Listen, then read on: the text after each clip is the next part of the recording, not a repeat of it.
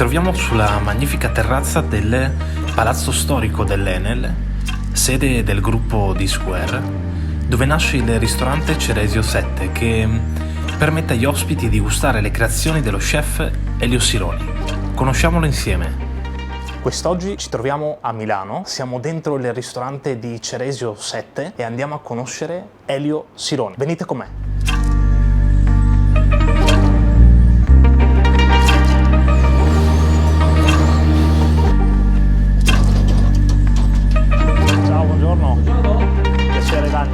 Elio, potresti farmi vedere lo spazio del Ceresio 7, per favore? Hai delle belle gambe? Perché sì. Qui si cammina tanto, okay, perché lo spazio è ampio. Siamo praticamente al rooftop di un palazzo storico di Milano, ex sede dell'Enel, dove la gente veniva a pagare la bolletta della luce.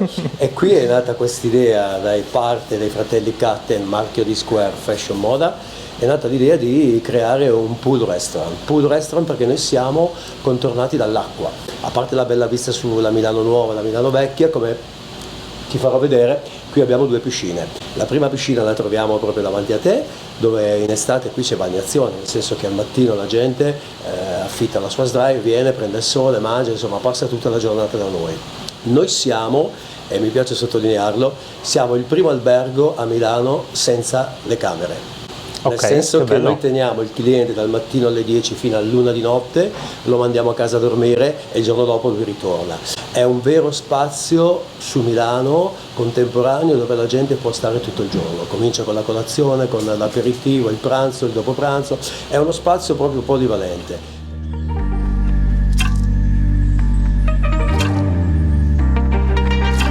Esatto. Le pareti, come vedi, anche la distribuzione dei quadri è molto particolare, no? Ed è molto attenta anche ogni giorno la ricostruzione diversa da tutto quello che succede. Qui è la cucina, qui abbiamo reparto pasticceria, qui facciamo quasi tutto in casa, pane, grissini, focaccia, pasticceria, tutti gli antipasti caldi. La prima cucina a Milano con una vista di puta madre. È molto importante, sì. La luce che entra è molto importante, i ragazzi si trovano bene. Qui la parte fredda, qui poi andiamo sulla parte calda, come vedi. Ciao ragazzi. Tutta la preparazione. Ciao ragazzi. Tutta la preparazione che abbiamo. C'è chi prepara il pesce, c'è chi prepara la carne, paste fresche. Ti posso dire ogni giorno veramente nel ristorante lavoriamo molto bene. Abbiamo dei numeri giusti, considerevoli. Io ho un'equipe di 12 cuochi. Insomma, perché? Perché facciamo tutto noi, dalla pasta, tutto quanto, no? E questo la gente, quando è il momento di mangiare, lo capisce, lo percepisce. E come vedi, hai 360 gradi, vedi tutta Milano qui. Perché? Perché è un locale fortunato, nessuno ci chiude, capisci? E vedi veramente tutto quello che succede a Milano.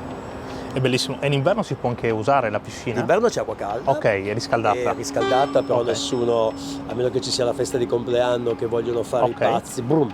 Però in estate questa piscina e anche l'altra, tutti questi diventano dei lettini al mattino. Con, che bello. Sì, è un resort sì, certo. Sei a Milano, se senti il traffico ti rendi conto che sei a Milano, ma l'immagine è un resort piano alto in pieno centro città.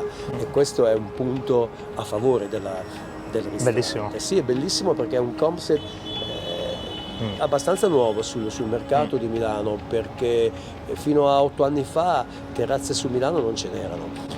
Ha aperto Ceresio e abbiamo dato il via, no, veramente apripista a tante altre terrazze che sono nate dopo di noi, tutte belle, ogni posto è bello. Bisogna essere sempre il migliore in ogni cosa che fai. Bisogna rispettare il cliente, io dico sempre, bisogna avere la coscienza e la consapevolezza di capire che stai cucinando per altre persone, perciò ci vuole rispetto per te, per i tuoi colleghi, ma soprattutto sai il cliente che paga e aspetta il tuo piatto. Io quando sbaglio, perché sbaglio anch'io. Esattamente, ma sbagliare mi sembra umano. Mi sembra umano, l'importante è che tu vedi lo che haces, perché i ciechi, sai, se non vedi che te estás equivocando, eres un tonto. Esattamente. Non so come dirlo in spagnolo, sì. Però sì, l'importante è rendersi conto di quello che si fa e avere veramente la consapevolezza di rispettare assolutamente il cliente. Punto. Esattamente. È la mia filosofia proprio. Il rispetto penso sia la base di ogni relazione, che sia lavorativa o comunque sia privata, personale? che sia lavorativa, credo che veramente sia la base per poter oggi lavorare nella ristorazione. Oggi la ristorazione è cambiata, come ti ho detto prima, oggi la gente cerca un'esperienza. Esattamente. Al di là del buon cibo, ma il buon cibo è il 30% di un successo come questo, poi c'è l'accoglienza, il servizio, l'atmosfera, il bello, il brutto. Ecco, tutto questo va messo, sono tutti ingredienti che fanno una buona tarta, no? Esattamente. E poi se tu sei simpatico è la ciliegina sulla Esattamente, quella è l'empatia che ci sta sempre. Volevo chiederti come hai iniziato il tuo percorso, come ti sei dato a questo ambiente del food? Io vedevo questo lavoro come un'occasione per viaggiare, no? Per colmare la mia curiosità di capire cosa si mangia in Giappone piuttosto che in Francia. Mi ha sempre incuriosito questa cosa qua, un fatto anche culturale, perché poi la cucina è cultura, no? E il discorso di dimmi cosa mangi e ti dirò da dove vieni, esattamente è la verità, perché ognuno di noi è raccontare un piatto, fare un piatto, tu racconti un frammento di cultura, di una storia, no? E devo dire che mi ha sempre appassionato questa cosa qua, perciò ho iniziato facendo la classica scuola alberghiera. Finita la scuola io ho cominciato subito a viaggiare, ho avuto la fortuna, non so se fortuna perché poi l'ho cercata io, perché poi la fortuna addirittura va coltivata ma va anche cercata, no? Di lavorare in Giappone già alle prime mie esperienze, perciò io a 20 anni ero in Giappone in un'esperienza completamente nuova, contornato non so se da 120 cuochi in questo albergo, dove ancora non capivo cosa stava succedendo, ma sapevo che stava nascendo qualcosa di nuovo, no? E il Giappone mi ha insegnato tanto, soprattutto il rispetto per il cibo, il rispetto di non sprecare cibo e soprattutto di capire cosa vuol dire far da mangiare.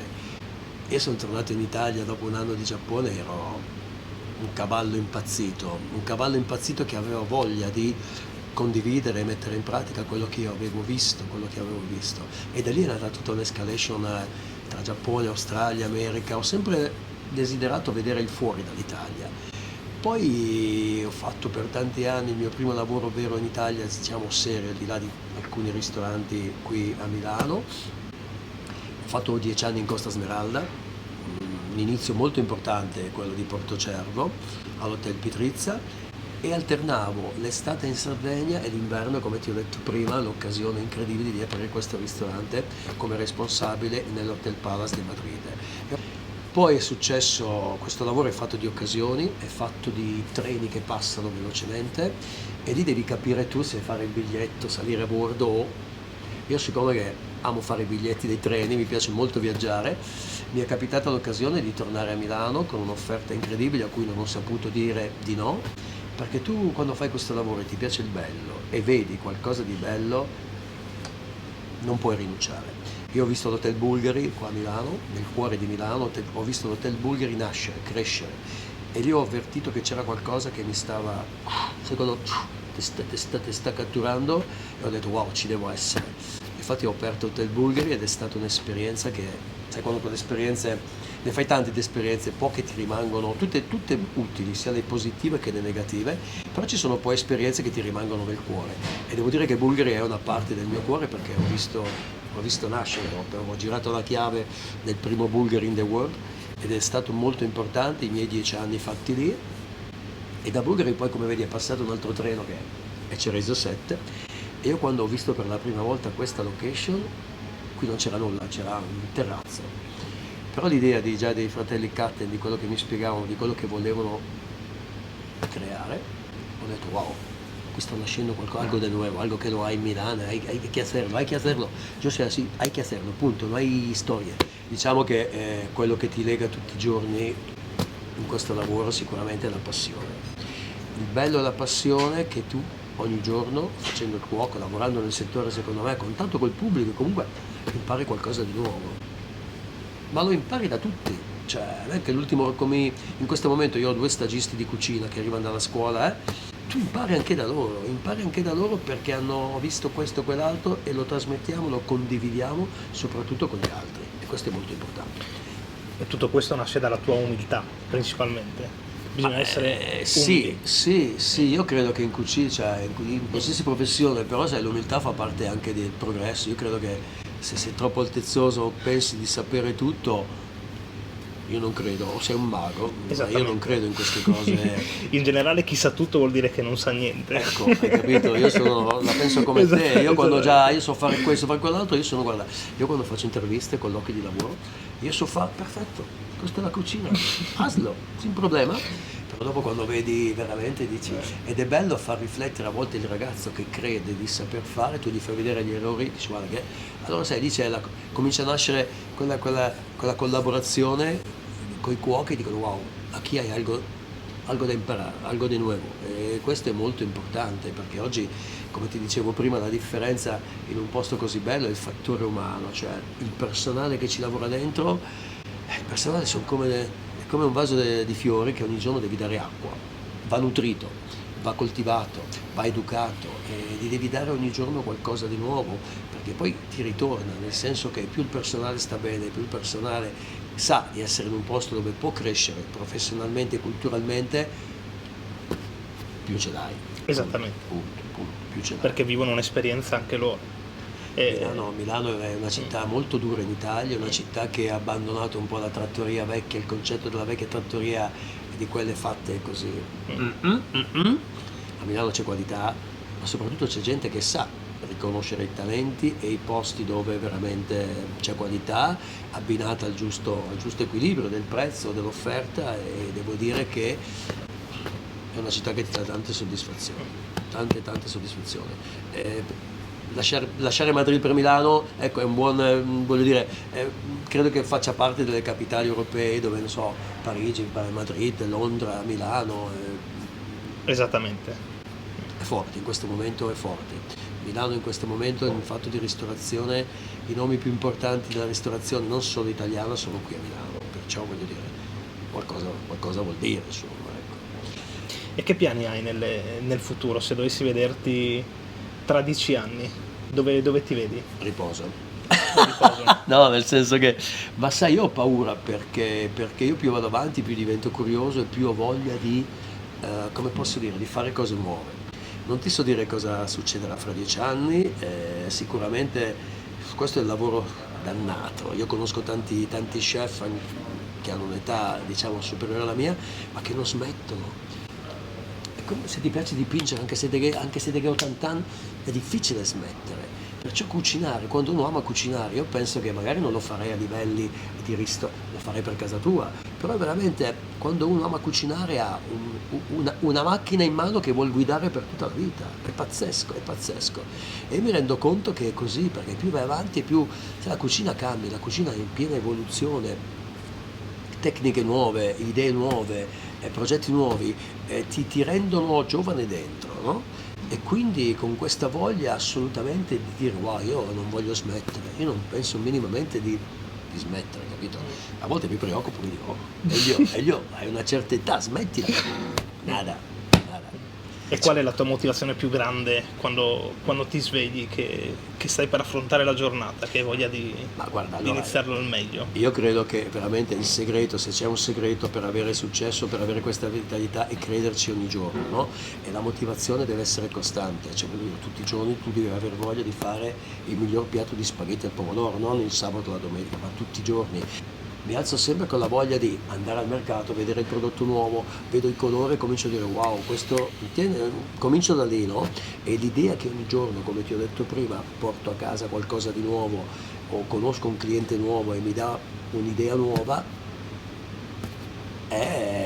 vado a letto la sera, in Spagna si dice jodido ma contento, no? Mi sembra che ci sia questo detto jodido ma contento, e questo è il mio stanco, perché è un lavoro che comunque ha il suo perché. Però quando sei alla cucina che sei leggero, che sei contento, che sai che hai fatto felice tante persone, soprattutto poi i ragazzi che lavorano con te, io vado a casa jodido, contento, punto. Vivendo nel presente. Ma questo è il lavoro che devi vivere nel presente, non sai mai cosa ti può succedere domani, nel senso di quale cliente. Sai, quando tu apri il ristorante, ogni sera dico, è come aprire il teatro. si apre la tenda del piatto e tu non sai veramente il cliente che entra qua dentro cosa vuol mangiare, se va bene il menù che hai fatto oppure ti chiede qualcosa che non è sul menù, tu sei pronto, perché sai a volte quando tu parli col cliente e ti dice tutto bene, amazing, tutti i termini che vuoi, tu dici wow, ma bisogna sapere anche affrontare il cliente e ascoltare soprattutto il cliente quando ha anche un commento negativo, perché sono proprio quelli che a volte ti fanno crescere. Io sono molto attento e mi piace molto dialogare col cliente perché credo che sia una crescita da ambo i lati, no? Se il cliente dice, ma sai quel piatto secondo me, io entro in cucina che ho, caspita, fa vedere se il cliente ha ragione, proviamo a vedere e alcune volte ti posso dire che sono il primo che riconosce, caspita, aveva ragione, era meglio mettere la buccia di arancio piuttosto che quella del limone perché, ecco, allora lì trovo che ci sia anche una crescita, il cliente oggi è super educato, il cliente sa come mangiare, cosa vuol mangiare soprattutto.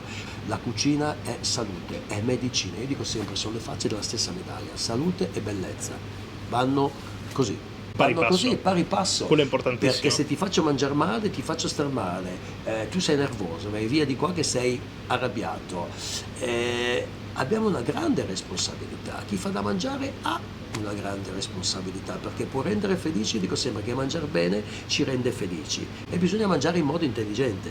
Modo intelligente vuol dire mangiare in un modo equilibrato, un po' di tutto e c'è tutto un discorso dietro che insomma che va oltre il piatto, quello che metti nel piatto.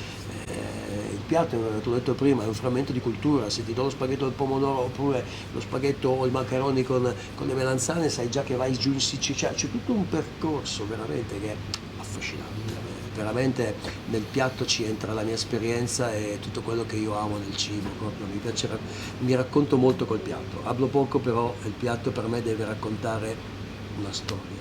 Esattamente. Grazie Elio. Grazie a te. Alla prossima. Grazie. Elio, vorrei darti un bigliettino che è principalmente una frase con scritto, se puoi leggerlo tu. Non è l'obiettivo, è il viaggio. Esatto. Grande. Va bene? Grazie mille. Mi incanta Grazie. molto. Grazie a te. Mi ha fatto molto piacere questa chiacchierata, mi hai Anche fatto per me. esplodere. Sai cosa che gli avessi dentro? Bene, grazie. Grazie, a presto. Ciao, A presto. grazie Ciao. mille. Ciao.